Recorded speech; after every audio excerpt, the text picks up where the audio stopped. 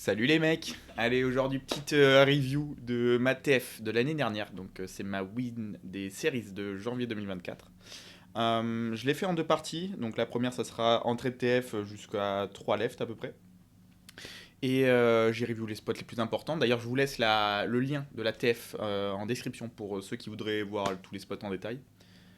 N'hésitez pas à me laisser des commentaires si vous n'êtes pas d'accord ou si vous avez des trucs à rajouter. Je me ferai un plaisir de répondre. Et puis sur ce, bon visionnage. À plus les gars.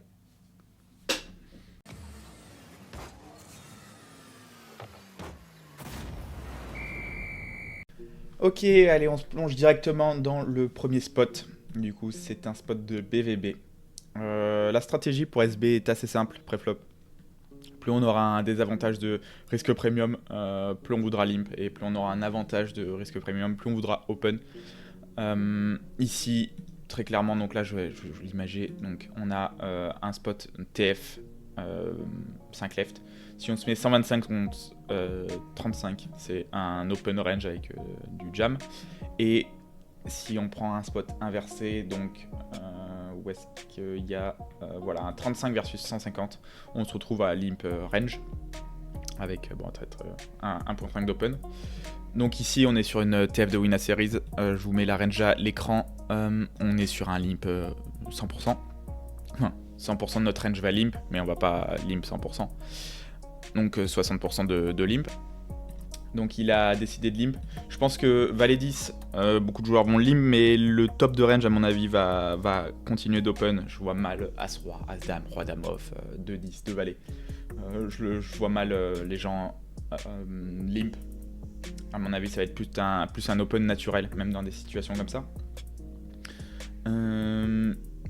En big blind, on va avoir quelques mains suit qui vont être ISO.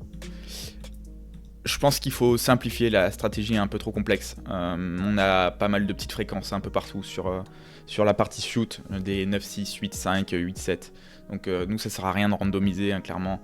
L'idée c'est de simplifier, donc on peut prendre quelques combos qui vont être redondants, genre vous pouvez vous dire Roi 5, Roi 5 suit, Roi 4 suit, As 2 à 3 suit ou Dame 7 suit. Vous en choisissez 6 ou 7 que vous allez prendre plein, ça va suffire. Et dans la partie off, vous pouvez donc juste prendre les garbage off. Je pense que ça, pas mal de joueurs le prennent déjà parce que c'est déjà fait en ICM, enfin en chip CV. Donc en ICM, ça va être à peu près pareil. Donc la fréquence augmente pas tant que ça. On est toujours sur 40% d'ISO. Tout simplement, c'est SB qui s'adapte à la range. Big Blind ne va pas s'adapter directement parce que SB va juste limp range. Donc en théorie, la fréquence va pas bouger et elle va bouger si SB commence à faire des erreurs. Donc là, typiquement, on pourrait avoir plus d'ISO que ça, on pourrait monter autour de 60% parce que il va pas avoir assez de limp rejam mais il va limp sûrement trop et capé. Donc on pourrait limp, on pourrait ISO un petit peu plus. On va pas ISO 100%, hein, c'est pas l'idée, mais au moins une soixantaine de pourcents, ça doit être ok. Tant qu'on n'a pas de réponse de SB, je pense que ça reste une bonne stratégie. Donc ici 3 et 2 suit, j'ai décidé de limper, enfin de check back. On se retrouve sur 19-7, un board, enfin 19-7 flush draw, donc board très dynamique. Ici, il a décidé de check. C'est, je pense, bien joué. À mon avis, bon, a priori, c'était un récréatif. Donc, à mon avis, il est juste scared. Il faut se comprendre, hein, déjà, on va le voir dans plusieurs spots de l'ATF. On pourrait tirer des explications de certains plays. Moi, je pense que c'est surtout qu'il est scared ici. Comme beaucoup de joueurs, il est deuxième en stack. C'est peut-être le deep run de sa vie, donc... il a envie de gagner, il a envie de continuer à jouer, donc il veut pas mettre tout de suite des jetons dans un spot aussi dynamique. Je pense que c'est ça qui va se passer et du coup c'est assez bien joué sans le faire exprès.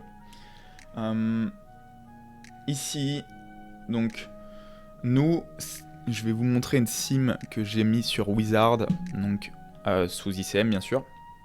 On se retrouve sur un check range aussi encore de sa part. Donc même principe, board beaucoup trop dynamique. L'idée c'est que ici même nos nuts, 2-7, 2-9, 2-10, même si il doit l'avoir encore. Valet 8 de carreau, non pas de carreau, de cœur. En fait, toutes nos notes ici, elles sont pas contentes de miser. Pourquoi? Parce que, imaginons qu'on se prenne un raise et ben, on n'a pas envie de go au flop. Donc en général, c'est assez simple, c'est que si nos nuts veulent pas go au flop, ou veulent pas go tout de suite, a priori c'est qu'on veut pas mettre d'argent dans le pot. Donc pourquoi ça? En fait, il faut se dire que ici, quand on a 2-7, imaginons qu'on parte à tapis au flop avec les 20% de risque premium qui vont être exprimés sur SB à peu près, entre 15-20% de risque premium, on va jamais être content en fait de partir contre un draw. Donc imaginons que Big Blind jam flop roi 4 de carreau et que nous on est nuts, on est genre valet 8 de cœur, bah c'est pas super agréable de partir à tapis même contre un bad range. Donc faut se dire que si nos nuts n'ont pas envie de go, bah ça va être la même chose pour 10 et 7, 10 et 9, As 10. Donc une très grosse partie de notre value range va juste vouloir check directement. Donc ici j'ai décidé de prendre le bet une blinde. A priori ça fait pas trop de sens. On a plutôt envie de miser cher sur ce board directement. Donc avec le même principe que on va pas vouloir bet très bas dans notre range. Donc on n'a pas trop d'intérêt à miser genre à 7 ou des mains plus basses en value. Enfin dans le top de notre range de value. Donc ils vont pas trop utiliser de bet small. Donc il y en a quand même 19%, mais il y a quand même 50% de check, c'est pas négligeable. Ici en pratique, j'ai juste envie de le prendre tout le temps, le bet une blinde. On pourrait go pour size up, mais sans info, on est en trade TF. Je me rappelle que c'était le spot de la table, donc j'ai pas envie de partir dans une strat compliquée. L'idée ça va être de small, de laisser payer, de barrer à la haute fréquence sur pas mal de cartes qui vont pas l'arranger. Donc 3 et 2, c'est pas une aberration de le prendre, hein. C'est levé similaire entre le une blinde, le size up ou le check. Donc on peut un peu faire ce qu'on veut. L'idée c'est surtout d'avoir un plan pour la suite. Si vous avez un plan de check bag par exemple pour raise turn ou float pour bet river, j'en sais rien. Si vous avez un truc que vous allez travailler dans cette line, ça peut être intéressant juste de partir là-dedans selon vos compétences. Moi ici mon plan il est assez simple du coup, juste je bête une blinde, on école et il y a le 5 de carreau donc parfait ici, c'est une carte pour la majorité de sa range. Donc il y a des mains qui ont fait nuts évidemment, il a des flush draws, mais ça représente quarantaine de combos dans sa range. À partir du moment où on peut se dire qu'il fold à 7 off, roi 7 off, même des mains, je pense que même des 9 naturellement, il va les fold. Donc imaginons roi 9 off sans redraw, je pense que ça va juste être un fold. Donc il va très largement overfold cette turn. Donc j'ai décidé de overbet ici. Alors on pourrait se dire que même en théorie, il y a peut-être des gens qui vont être choqués de voir 3 et 2 de pique dans l'overbet. Faut se dire que c'est pas quelque chose de fou pour ceux qui voudraient voir. SB check. On se retrouve en big blind ici du coup avec un sizing pot, donc je l'ai forcé à faire du pot. Le sizing naturel c'était 67%, mais si on le force à avoir une stratégie avec du pot, qu'est-ce qui va se passer? On va partir de la value range, donc on va dans le breakdown. Ici la value range c'est flush, straight, 7 et ça commence à chuter à partir de double pair. Donc double pair, il y a une partie de nos double pairs qui vont être misées. Et top pair, on voit qu'il les value pas. Donc les top pairs qui va value, ça va être des top pairs avec un redraw. Donc dame 10 avec la dame de carreau. Et on se rend compte que As 10 off par exemple, ça va juste pas être un bet. Donc on va regarder juste dans la range pour comprendre un petit peu plus. Donc As 10, roi 10, donc tout ce qui a pas de redraw, donc c'est pas bet. Et les mains qui vont être bet en top pair, ça va être des As plus redraw. Donc, qu'est-ce que ça veut dire ça? Ça veut dire que notre value range, elle a énormément d'équité. Elle est très strong parce que on va miser du coup des mains qui ont en équité. On va prendre par exemple, alors est-ce que je peux le voir directement depuis le breakdown ici? Est-ce que ça me met l'équité? Non, ça me met pas l'équité malheureusement. Si on met du coup une main comme top de notre value range à 6 de carreau, il a 99% d'équité. Si on prend Valet 9 de carreau ici, c'est 93% d'équité. Et même notre, par exemple, le 2-9 ici, on est sur du 80% d'équité. Donc, ce qu'il faut comprendre, c'est que la value range ici, elle a énormément d'équité. Et en plus, on a un avantage de risque premium, donc ça nous rajoute une équité fictive au spot. C'est dû au bubble factor. Donc lui, il a un désavantage d'équité. Donc pour compenser tout ça, le solver il va devoir aller chercher des mains très très faibles. Il peut pas se permettre de juste prendre Dame 3 avec la Dame de carreau, parce que s'il prend Dame 3 avec la Dame de carreau, ça a 24% d'équité. Donc même on pourrait même penser qu'une main comme ça c'est assez faible, mais il va aller chercher des mains qui sont très très faibles, comme des 4 et 2 off, qui n'ont pas de redraw, qui ont 3% d'équité. 3 et 2 de pique, pareil, ça a 3% d'équité. Et ça va permettre de contrebalancer toutes ces mains ici qui ont 99% d'équité. Et le plan, pourquoi le solver il fait ça, c'est pour continuer à le forcer à continuer à avoir des fréquences de call pour qu'il puisse value quand il a As-6 de carreau. Enfin, extraire la value de As-6 de carreau. Donc ici, admettons que le solver il est A7 avec le redraw, par exemple, A7, on va pas prendre A7, c'est pas un très bon exemple, mais même Valet 7, ici, il va continuer à call, alors qu'il est complètement crush par certaines mains, et l'idée c'est parce que, justement, le solver, il rajoute des mains avec 3 et 2 de pique, 4 et 2 off, qui vont permettre de contrebalancer cet avantage d'équité. Ici, on voit donc, j'ai overbet, il a fold un 10.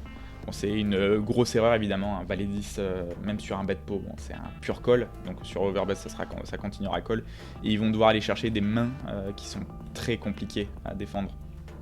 Donc qu'est-ce qu'on a dans le bas de range d'équité, ouais, juste un A5 off, donc avec l'As de carreau, Roi 9 off avec le 9 de carreau.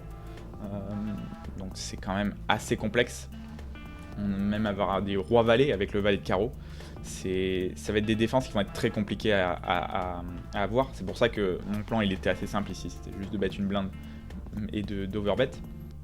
Donc juste j'ai l'avantage de chips, l'avantage de risque premium, et les gens ils sont dans des positions très compliquées. D'ailleurs c'est pas forcément une erreur à sa place de fold valet 10, parce que si on commence à enlever des mains de ce style, donc des 4 et 2 off, des 6-3 sans backdoor, donc des mains qui ont vraiment aucune équité, si on commence à les enlever, bah il va juste être crush tout le temps hein, sur cette turn. Donc avec le déficit de risque premium, ça peut être entendable de fold contre un profil qui est pas assez aggro, de fold valet 10. Sinon, bon, dans le reste, contre un reg qui est aggro, il faut juste défendre ici. Donc il fold et voilà. Next. Donc juste main 7 ici, un petit spot pré-flop, j'en ai déjà parlé dans d'autres vidéos. Ici vraiment, ne le loupez pas les gars, ne le loupez pas, c'est vraiment un super spot. Donc il open au bouton et je 3-bet as de off. Donc on va juste ouvrir la sim, je vais vous mettre la sim à l'écran. Donc il faut se rendre compte qu'ici le solve il doit open, enfin le joueur devrait open juste 17%. Donc ça veut dire que ici quand il a roi 10 off, quand il a as 8 off, quand il a 9 et 7 suit, quand il a paire de 4, quand il a roi 3 suit, toutes les mains que je viens de citer, c'est des folds. Je vois pas un gars fold ici à 6 off, à 7 off, au bouton à 20 blindes. J'y crois pas du tout. Donc je pense que les gens ils ont au moins, mais si c'est pas au moins, c'est peut-être même plus, ils ont au moins 30% d'open. Il y a vraiment... D'ailleurs, ce qui n'est pas une erreur, hein, j'en reviens, c'est comme le spot d'avant, c'est pas spécialement une erreur d'augmenter sa fréquence d'open ici, parce que les gens vont pas trouver assez les 3 bêtes en big blind et en SB. Donc ça doit être ok, mais nous, faut se dire que les gens ils vont trop open le bouton, et du coup il faut vraiment qu'on prenne le spot de SB et de big blind. Ça aurait été la même chose si on est en big blind. Pour la réaction pour la suite, ici on se retrouve sur un combo qui est déjà open, qui est déjà 3 bêtes une partie du temps. Donc as de off, voilà, il a 60% de 3 bêtes. Je pense qu'on doit clairement aller chercher du roi de off, roi 3 off, roi 4 off ici. Sans problème, toutes les high-low offsuit, ils vont print hein, ici dans ce spot. Et voilà, donc ça open et fold. Dame off. Allez, on jump directement main 23. Donc, spot très intéressant. On se retrouve les deux chip leads de la table en BBB. Avec du coup des shorts assez. Enfin, des stacks assez short. Donc, un 7 blind, un 15 et un 20. Donc, ici, mon premier postulat, c'était de me dire, un peu comme j'ai dit dans le premier spot, qu'on allait beaucoup open. Parce qu'on a un avantage, mais il faut se dire qu'ici on n'a pas un si gros avantage parce que on a du risque premium sur nous aussi. Il nous met de la pression, en gros, le 50 blindes sur notre 65, il nous met de la pression. Donc on peut pas se permettre d'open à très haute fréquence. Voilà, les deux sont à peu près. Les deux se complètent, on va dire, les deux s'attaquent autant qu'ils se défendent, en gros, si on devait essayer de schématiser. Donc on va être dans un spot où ça va globalement ressembler à des spots chip CV avec un ou alors enfin un spot avec un léger ICM parce que justement les deux risques premium entre guillemets s'annulent. Donc ici, moi j'avais décidé d'open pour la raison que je viens de dire, que je pensais qu'on avait un avantage a priori, donc c'est pas le cas. À 5 off, ça va plutôt être un limp call ou un limp raise comme en CEV en gros. Et du coup, voilà, open et roi 7 shoot est défendu, ce qui est complètement standard. On se retrouve sur As Roi 9, donc assez intéressant comme spot qui ne l'est pas à première vue. On pourrait penser que SB sur As Roi 9, voilà, il est chez lui, deux hautes cartes plus une carte qui est un peu déco. Pour SB, pourrait se dire que c'est la fin sur ce board, et en fait, c'est pas du tout le cas. Alors pourquoi ? Si on regarde les ranges de Big Blind et de SB, on se rend compte que SB, il est très large, parce qu'il a open, du coup il a open une partie de ses mains très faible. Son middle de range va être plutôt dans le limp, on voit que Roi 7 suit, Roi 6 suit, Roi 4 suit, ou du Dame 9 off, Dame 10 off, ça va être pas mal dans la partie limp. Donc il va open polarisé, donc avec des mains très faibles et des mains très fortes, de roi, as roi, de dame, voilà, ça va être des mains qui vont être très strong. Et Big Blind, ça va être l'inverse. C'est-à-dire que comme il a défendu, il s'est capé, parce qu'il a fold de dame, as roi, enfin de roi, as roi suit, de as, il les a fold de ces mains-là, mais par contre, il a pas call des mains très faibles, donc dame 5 off, valet 6 off, toutes ces mains, la partie faible, elle va être foldée. Donc on se retrouve dans une situation où SB est large uncapé contre Big Blind qui est capé mais plus compact. Donc qu'est-ce qui va se passer ? C'est que sur As Roi 9, Big Blind va avoir un avantage d'équité, c'est-à-dire un avantage de range. Il va avoir toute sa range va avoir plus percuté, c'est-à-dire que si on prend son bad range, ça va être du Dame 8 off, Valet 9 off, donc voilà, toutes ces mains ont à peu près quelque chose, ont une backdoor, même ses pires mains ont une backdoor, et la plupart de ces mains ont touché quelque chose. A l'inverse, SB il aura beaucoup de miss, Valet 6 off, 9-6 off, 10-6 off, 17 off, donc ça va être des mains 7-5 off, des mains qui vont avoir complètement miss. Mais il a l'avantage d'avoir des mains très fortes, donc on va se retrouver donc avantage de range contre avantage de nuts. Qu'est-ce qui se passe quand on a avantage de range contre avantage de nuts ? On a des mains très fortes qui veulent value très cher, donc As-Roi, As-Roi off, As-Dame off, 2 rois, donc voilà, c'est à peu près tout. On doit avoir du Roi 9, voilà, Roi 9, As 9. On se retrouve avec une petite quantité de mains qui veulent value très cher, parce qu'elles ont énormément d'équité. Donc si on met leur équité, As-Roi suit, il a 92, Roi 9 off, il a 86. Mais par contre, on peut pas value beaucoup, parce que quand on a A7 suit, ou je sais pas, A6 off, on n'a pas assez d'équité pour value. Donc on va peu bet, mais très cher. Ici, moi j'ai décidé de check du coup. Voilà, comme je viens d'expliquer. J'ai check et Roi 7 suit part dans le check back. Donc a priori, ça va être un bet à assez haute fréquence pour lui, mais je pense que parce qu'il a l'avantage de range du coup, surtout quand l'autre a check, parce que quand SB a check, il s'est défaussé de ses mains très fortes, c'est-à-dire qu'il n'a plus As-Roi, As-Dame, donc ça a renforcé la range de Big Blind sur le check. Du coup, voilà, tac. Ok, donc ça a renforcé sa range et du coup il peut se permettre de bet beaucoup plus bas. Donc tous ces rois passent dans le bet. Les rois ont combien d'équité d'ailleurs par curiosité? Ouais, 73% d'équité, donc c'est pas rien, on se rend compte que 73 c'est quand même beaucoup. Donc ici il a décidé de check back, je pense que c'est ce que la majorité des gens font et c'est ce que je pense j'aurais fait aussi à roi 7. Naturellement j'aurais tendance à le check back, surtout en TF avec le désavantage. Et ici donc on part sur le 6 qui fait rien rentrer en soi. 9-6. Roi 6 et tout, donc ça fait rentrer 6 combos quoi. Entre 6 et 8 combos. Enfin entre 4 et 8 combos plutôt. Donc 6 combos à peu près. Ici j'ai décidé, je pense que la majorité de la range qui va call à la turn ça va être des rois. Donc typiquement on a dit qu'il devait les bet, mais majoritairement je pense que les gens vont check roi 8, roi 10, roi 9, roi 4. Des paires plus draw, donc s'il a 9 et 5 de cœur, 10 et 9 de cœur, donc c'est principalement ce que je veux value.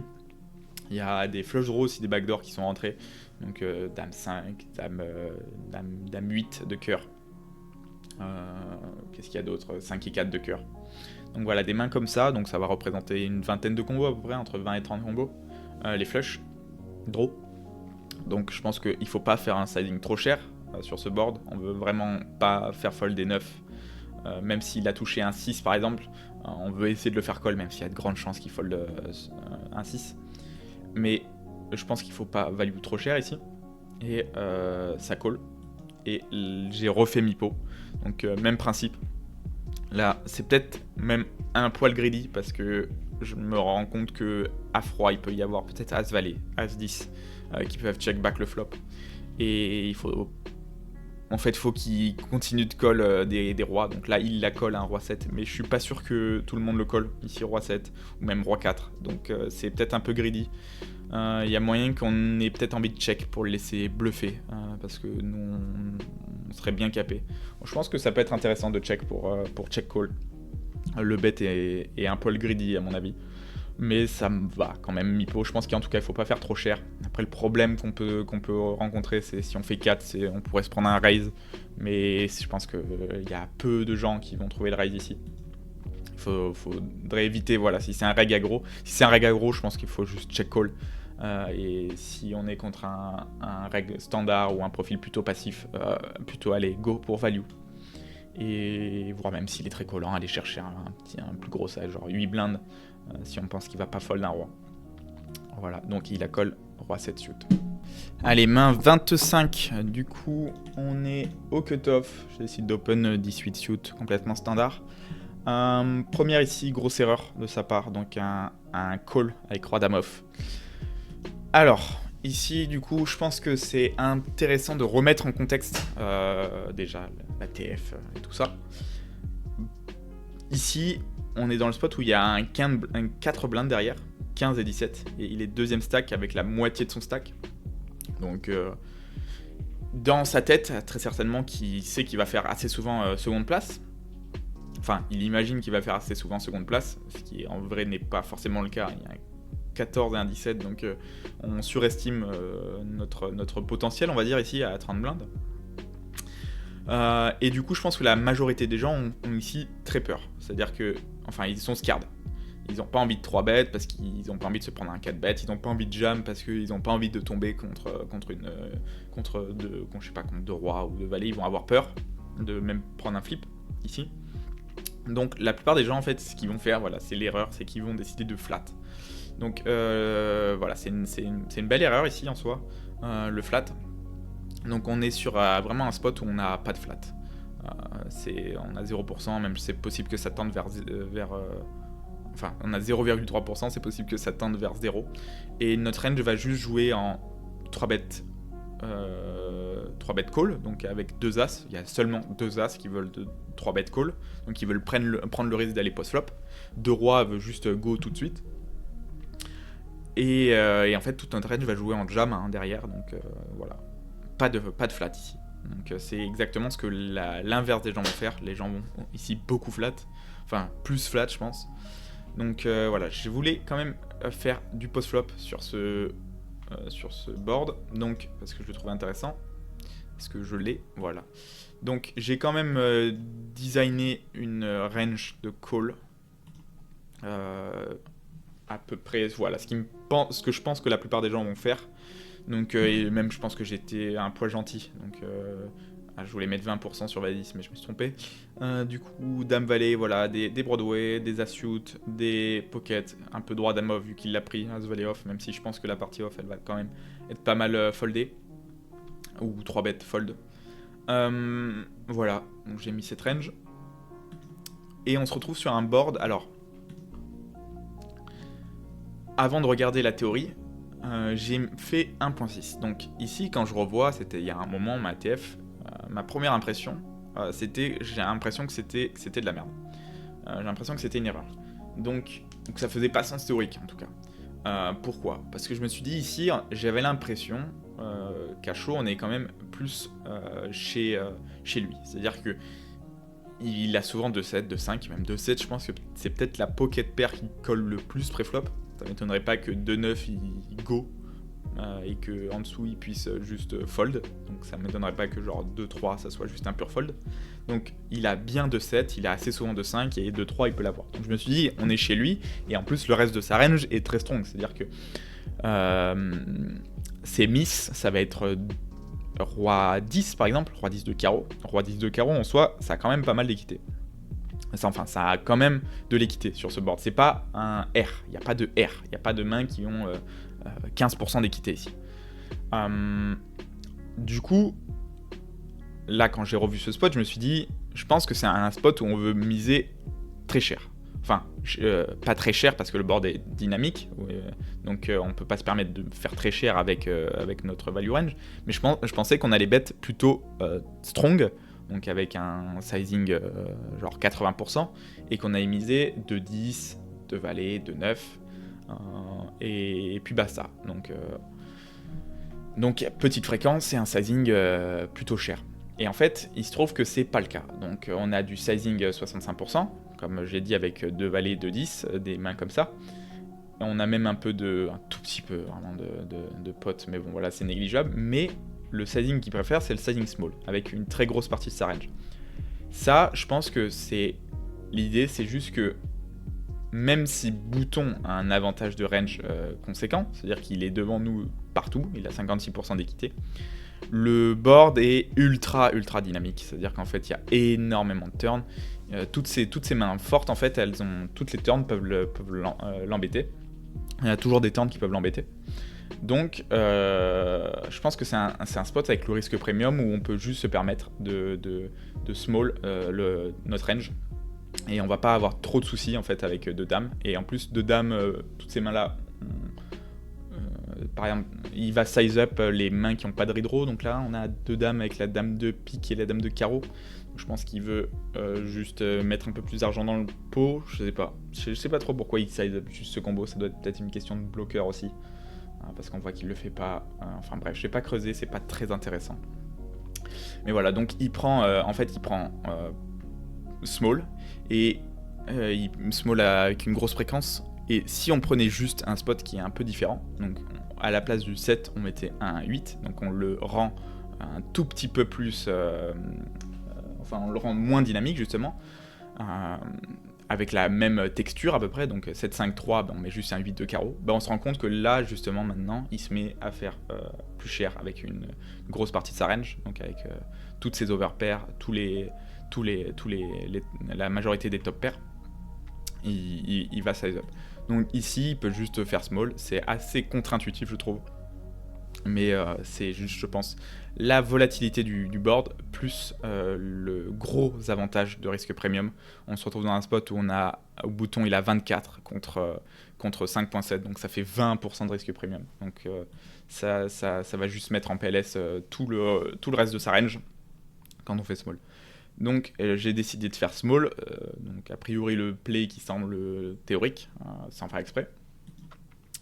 Et alors d'ailleurs pourquoi je faisais small, l'idée c'était je voulais le forcer à call une fois sur ce board pour pouvoir le mettre en PLS à partir de la turn, c'est-à-dire le mettre dans une décision à partir de la turn. Donc c'est ce que j'ai fait, Mon plan, il était assez simple. Je dis pas que c'est forcément bon, hein, comme j'ai dit, le 1.6. Je suis pas sûr de l'avoir fait pour les bonnes raisons. Mais l'idée, c'était du coup de juste le faire.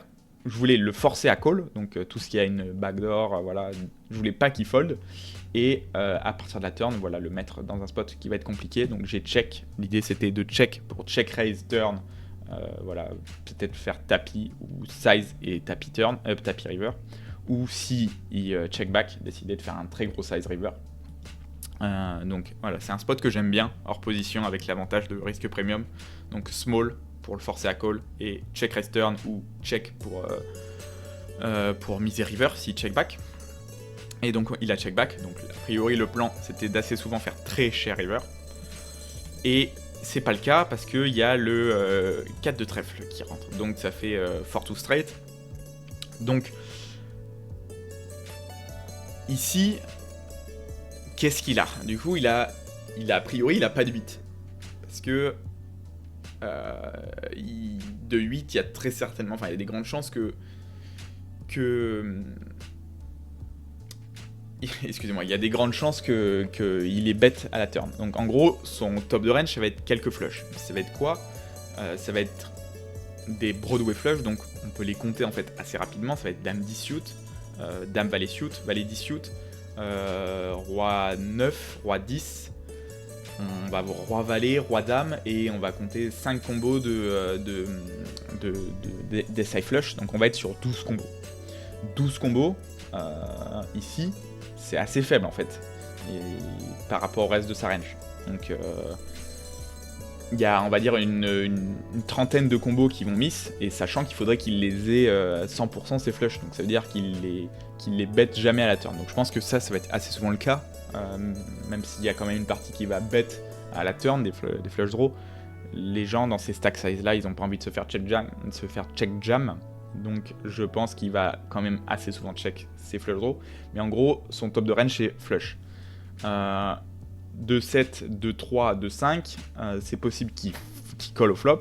Donc il y a une grosse partie de sa range qui split. Donc ici, je me suis juste dit, j'avais envie de faire un size un peu bâtard et essayer de le forcer à split. Donc j'avais pas envie de faire... Je pense qu'on peut faire très cher. Enfin, je pense pas qu'on puisse faire très cher justement parce qu'il a des flushs. S'il avait vraiment rien, par exemple si c'était un 4 de cœur et qu'il a aucune main et qu'il a pas de 8, je pense qu'on peut faire très cher justement parce qu'on a l'équité nécessaire, et il a rien pour nous embêter quand on a le 8. Mais là je pense qu'on peut pas se permettre de faire très cher, on veut juste faire payer un split en gros. Donc et comme on a la crainte des flushs, voilà. Mais nous aussi on a des flushs du coup ici, donc il peut pas se permettre aussi de jam. C'est un peu... Enfin, peut-être il a le combo pour jam ici, mais voilà, donc il a décidé de call. C'est assez ambitieux, mais quand je vois 6 dans 9, je pense que c'est quand même assez chaud de call ici. Je pense que je dois faire quand même moins cher pour aller chercher le split, ça me plaît un peu plus. 4.5, ouais, mi-pot, en mode foutage de gueule. Allez, petite pause juste pour vous dire que la vidéo est en collaboration avec le logiciel HRC, donc je vous ai déjà fait des vidéos dessus, c'est un incontournable pour travailler son jeu pré-flop et post-flop, donc je vous mets un lien dans la description pour profiter de 10% sur tous les abonnements, et puis voilà, retour à la vidéo. Ok, allez, on jump main 36, donc open cutoff, on est en big blind, on défend. Bon, déjà, premier truc sur sa range pré-flop ici. 14 deep, open cutoff en TF, donc ça va être un open qui va être polarisé. L'idée c'est que As-Roi, As-Dame, Roi-Dame, suit, Roi-Valet suit, Dame-Valet suit, ça va être des mains qui vont pas avoir envie de jam, qui vont avoir envie de jam tout de suite justement pour pas avoir à open call. Donc imaginons qu'on est Dame Valet suit, ici pourquoi on veut jam, c'est juste que si on open et qu'on se fait jam, ça va être embêtant d'open call, parce qu'on va être battu par des mains, comme A5 suit qui va rejam, et on va aussi être en flip avec une grosse partie des mains, voire même devant certaines mains, par exemple si ça rejam dame 9 suit ou dame 10 suit et qu'on a dame valet suit, bah, on est devant certaines mains, mais on peut pas call non plus. Donc c'est des mains qui vont être border, et donc la range va être assez simple à jouer, c'est-à-dire que le middle de range va être jam, et tout ce qui peut open fold, donc par exemple dame 9 suit, roi 8 suit, ça va être des mains qui vont être juste open fold, et on a notre top de range ici, donc 2-10, 2-9, plus as 10 suit, qui vont être juste open call. Donc là, a priori, tous les as suit sont open call.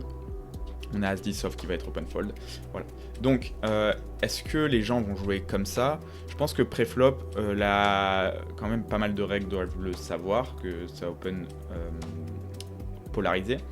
Ici, le truc, c'est peut-être ça va open un peu trop. C'est-à-dire que As-10 off, ça m'étonnerait même pas que As-9 off, Roi Valet off, ça soit un peu plus open. Donc je l'ai pas mis pour la sim post-flop, mais de toute façon, elle est pas très intéressante la sim post-flop, ça va pas nous dire ce qu'on doit faire. Mais donc ici, voilà, je pense que ça va être un peu trop polarisé. C'est-à-dire qu'ils vont avoir un peu trop de mains weak dans l'open, donc on pourrait un peu plus rejam, je pense, pré-flop. Valet 4-3, ici on a un c-bet du cutoff, donc je pense que la première erreur c'est que les gens vont beaucoup trop c-bet ici, surtout sur un Valet 4-3 qui semble innocent comme board comme ça, mais on est quand même plus chez Big Blind ici, c'est-à-dire que le 4 et 3 va percuter quand même une bonne partie de la range faible de Big Blind, style 6 et 7 off, 5 et 6 off. On va même avoir, je crois, il va défendre 5 et 2 off. Non, il a pas 5 et 2 off, mais en tout cas, il a beaucoup de mains off-suit ici qui vont percuter. Donc son bas de range va percuter sur... son bas de range off-suit va percuter sur le flop. Donc, c'est quand même un flop qui va être naturellement plus chez Big Blind. Tac, ici. Et l'erreur que beaucoup de gens vont faire, c'est que même avec une range qui est quand même très strong, parce qu'elle est, c'est un peu le même principe que Dot Spot avant, il n'y a pas de R sur ce board, il n'y a pas de dame de off par exemple dans cette range, donc il n'y a pas de R, il n'y a que des mains qui ont 2 over, une backdoor, c'est assez strong comme main, mais même avec une range comme ça, on peut pas se permettre de se bet range sur un board high deco comme ça, parce que le 4 et 3 connecte quand même une bonne partie de sa range. Donc d'ailleurs de base il y a du long bet sur ce board pour Big Blind. Donc il s'est bet, on a 18% de raise. Moi j'ai décidé donc versus ces bet small de call roi 10 off. À froid je sais pas trop quoi en penser. In game je m'étais dit juste ça va trop ces bêtes. Je vais call flop pour miser river. Donc je me suis dit que j'avais très peu fold. On voit qu'il a ici il y a 35% de fold. Je pense que je devais target entre 15 et 20% de fold maximum. Donc j'aurais fold du 18, 9 et 8, mais je pense que Eni Roi X, alors, Roi 8 off, ça m'étonnerait pas que ça aurait été pareil, je pense que j'aurais défendu. À froid maintenant, avec le recul, je suis pas sûr, parce que la range est quand même très strong. C'est-à-dire qu'il va pas faire, même s'il est polarisé et qu'il va trop se bet, il va pas faire trop d'erreurs naturelles. Je me suis juste dit qu'il allait peut-être pas assez de barrel, et encore c'est pas sûr. Donc je pense qu'on peut juste fold, et il n'y a pas trop de soucis, la table va être facile. Je sais pas si on a vraiment besoin de prendre ce spot. Ça se défend pour le call, ça se défend pour le raise aussi.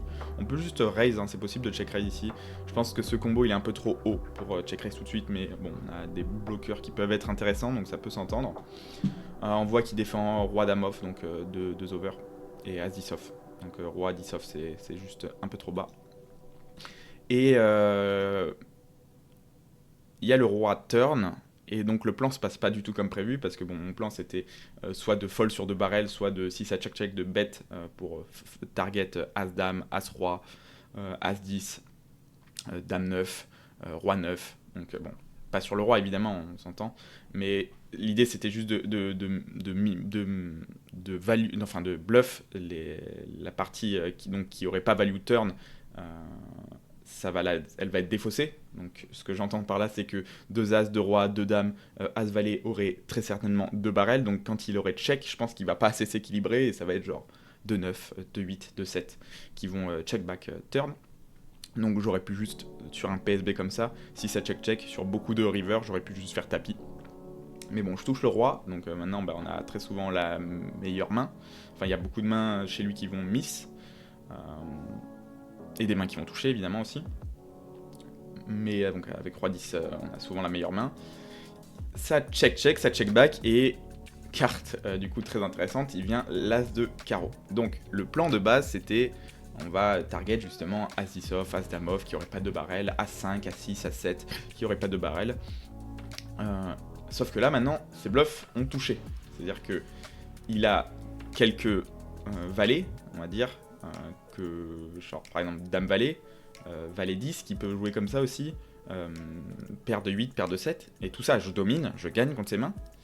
Et quand je bête, je fais pas fold de mieux non plus. C'est-à-dire que je fais pas fold de Roi Dame, qu'il a quasiment plus, et au-dessus c'est des As. Donc les As, je pense que même à tapis, il y a peu de chances que je les fasse fold. Donc ça serait très ambitieux de faire tapis avec seconde paire pour essayer de faire fold un roi à un as, parce que si il vient nous colle As5, sachant qu'on a un profil qui est quand même assez collant, on l'a vu avec le roi 7 suit, je pense que c'est très ambitieux d'essayer de transfo cette main en bluff, et donc j'étais parti pour check, donc je vois plus trop l'intérêt sur cet as de transfo, surtout que bon, on a touché le roi à la turn. Et du coup, je me prends un mi-pot ici, donc maintenant il faut réfléchir et se dire, faut pas se dire, ah bah j'ai touché mon roi, je suis trop dans ma range, je peux pas fold. Le plan ici, si on est cohérent, pourquoi j'ai call au flop, c'est justement pour faire fold toutes ces mains là. Donc quand il a touché, bah, je dois juste trouver un fold. Donc je suis assez content de moi ici. Je crois que c'était pas si facile sur un mi-pot, parce qu'on peut vite tomber dans le truc de j'ai besoin de 25%, ça impacte pas mon stack, voilà, je peux pas fold aussi haut. Je pense qu'il faut vraiment pas se dire ça, c'est vraiment un size très value orienté ici, il a vraiment sa main. Il peut avoir As 10 off aussi qui va faire ça, qui va pas forcément faire tapis. Donc je suis content, j'ai trouvé le fold ici. Pour revenir à la main du coup, un poil peut-être abusé. On voit que donc on a très Roi 10 off et c'était un fold. Voilà. Il y a des arguments pour call, il y a des arguments pour check raise au flop.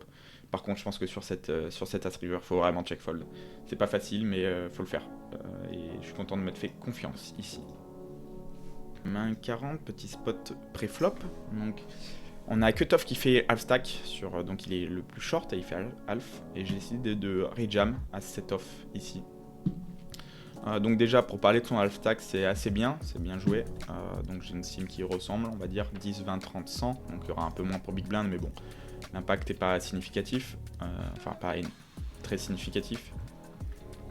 On se retrouve donc, il y a pas mal de half stack, la majorité de sa range va jouer en half stack d'ailleurs, donc l'idée du half stack c'est de si on a un double rejam, donc mettons par exemple que SB jam ici et que on trouve un call derrière en big blind, il va pouvoir fold des ranges. Donc pour ceux qui ont jamais vu ça, ça peut paraître un peu choquant, mais du coup il half stack as roi off, donc pour juste fold derrière sur 2 jams, sur au moins 2 jams, et l'idée c'est que s'il n'y a aucun jam, il va pouvoir caller range. Donc voilà comment ça se passe. Donc il faut partir du principe que c'est des mains qui vont être assez fortes pour open call, enfin pour half stack call contre un joueur, et qui n'ont pas trop de soucis à half stack fold, donc contre 2 joueurs. Donc c'est pour ça que 2 dames il le prend pas là-dedans. C'est parce qu'il veut pas se mettre dans une line comme ça, il va juste être assez haut pour induce et call dans tous les cas, dans tous les spots. Enfin, je suis pas sûr que sur 2 rejam, sur 2 rejam il aurait fold de dames, mais il est juste assez haut pour induce et potentiellement jouer post-flop aussi avec 2 dames. Et donc le reste va jouer en half stack. Donc ici il fait 6, et déjà est-ce que ça risque de jouer comme ça? Quand je vois cette range, j'en suis pas sûr, c'est-à-dire que je pense que ça va trouver assez facilement Roi Dame off, As Dame off, As Valet off, toute cette partie, même As 10 off, ça doit être ok. Par contre les bad range ils sont assez durs à trouver, c'est-à-dire que Roi Valet off ici, j'ai un doute, hein, franchement, en TF d'un series ici, envoyer Roi Valet off dans ce spot, je pense pas, je pense que ça va open fold, ça m'étonnerait pas que ça open fold ou même fold tout de suite à 10 blind. Les gens sont quand même assez tight. Et même Valet 9 shoot, 19 shoot, faut quand même penser qu'il va half et call avec 19 shoot. Voilà, je suis pas sûr, hein, j'ai un doute. Même les pockets 2-7, 2-6, 2-5, 2-8, ça m'étonnerait qu'ils prennent le risque à mon avis, il va juste jam tout de suite ces mains-là. Donc très certainement qu'il va être un peu plus tight que prévu. Et de base, voilà, on se retrouve en big blind avec... non, alors c'est pas ça, Alf, ici. On se retrouve dans ce spot. Donc Asset Off est un pure fold. Ici. Enfin, c'est juste un cran en dessous. Mais du coup, avec ce qu'on vient de dire, je pense que à suite off, on peut fold. Et du coup, ça m'étonnerait pas qu'on puisse au moins réduire de un cran, voire peut-être même 2 crans. Je l'entends tout à fait. Donc, je pense que Asset Off ici, c'est juste pas bon de go. Et faut juste fold. Et fin de la première partie, du coup, on se retrouve bientôt pour la deuxième partie qui sera focus sur le triway et le HU. Du coup, si la vidéo t'a plu, n'hésite pas à la partager, mettre un petit j'aime, et puis bah, bonne soirée, et à bientôt.